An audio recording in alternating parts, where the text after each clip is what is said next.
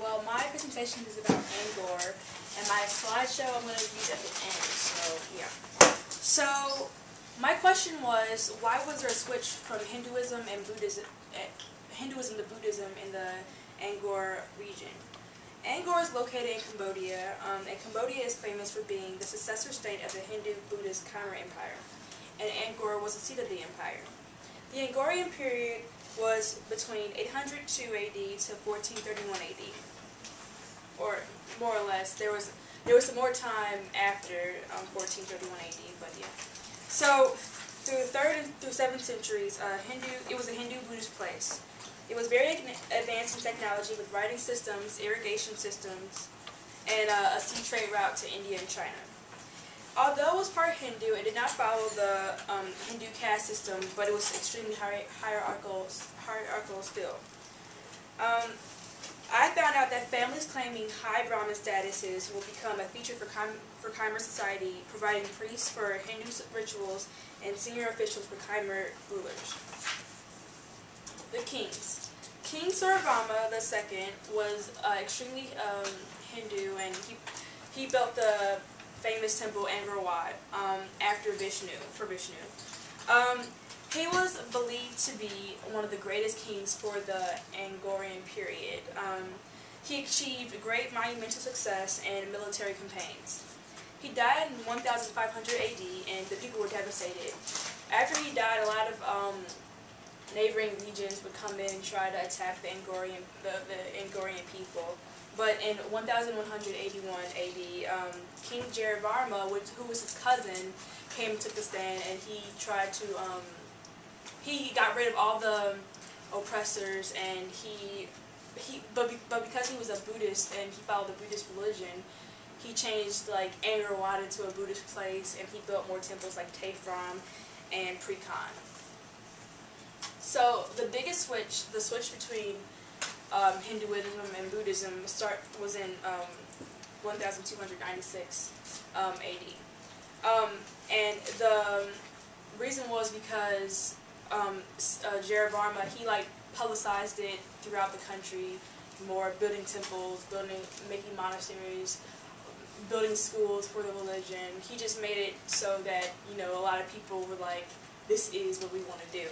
So the Buddhist religion the branch of that was Theravada Buddhism, and it was from Sri Lanka. We heard of that from Irvina, but it was very organized, and it had an order of the monks, which basically provided rules of the Buddhist orthodoxy, but it allowed them to live among other people from different religions. It was really organized, and it said what you could do and what you couldn't do. But because of this change, a lot of people left the Angkor region, and it was a contributing factor for, well, at first it was just the upper class people that left, but after a little bit, and there were other contributing factors like malaria and irrigation problems, people just left, period. So, recently though, in the 1960s, Cambodia was under attack, or 1970s, it was under attack, and a lot of the Buddhist monasteries and a lot of the temples were destroyed during World War II, and it was said that out of 65,000 monks that lived there, only 3,000 may have survived. So, Angkor Wat. That's what it looks like now. It was built through 1013 AD to 1150 AD, and it's the epitome of Khmer architecture. It took more than 30 years to create it. The temple itself is surrounded by 6,060 yards of land, and it has a moat.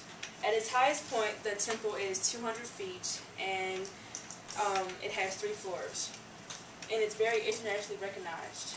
So this is the temple. So on the first floor, there's the moat and the land. This is a really cool diagram that I found. And as you see, the temple is this. Like, out of all that land, the temple is this. So there's libraries, and the Buddhist monasteries are on the opposite sides of the temple, and then the main entrance where you come in.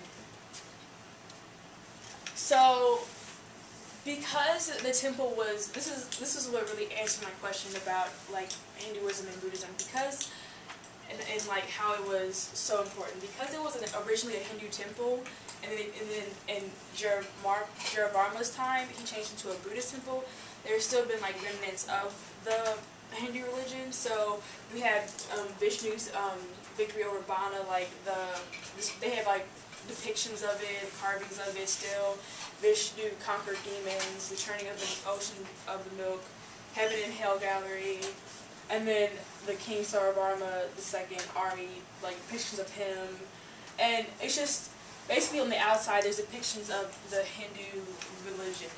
But and then like when you go inside, there's a huge statue. There's huge statues of Vishnu everywhere, like here and there, not really everywhere, but there's like statues of Vishnu, and there's still like there's a gallery dedicated to Hinduism alone, but there's two other galleries dedicated to the Buddhism. So you see Buddhas after like the destruction of a lot of Buddhism in the country. They only have like headless Buddhas still inside the temple, but there are some that are fully intact. Alright, and this is another depiction of a Hindu scene, and there's like also depictions of the Ramayana and the Mahabharata, so in my bibliography.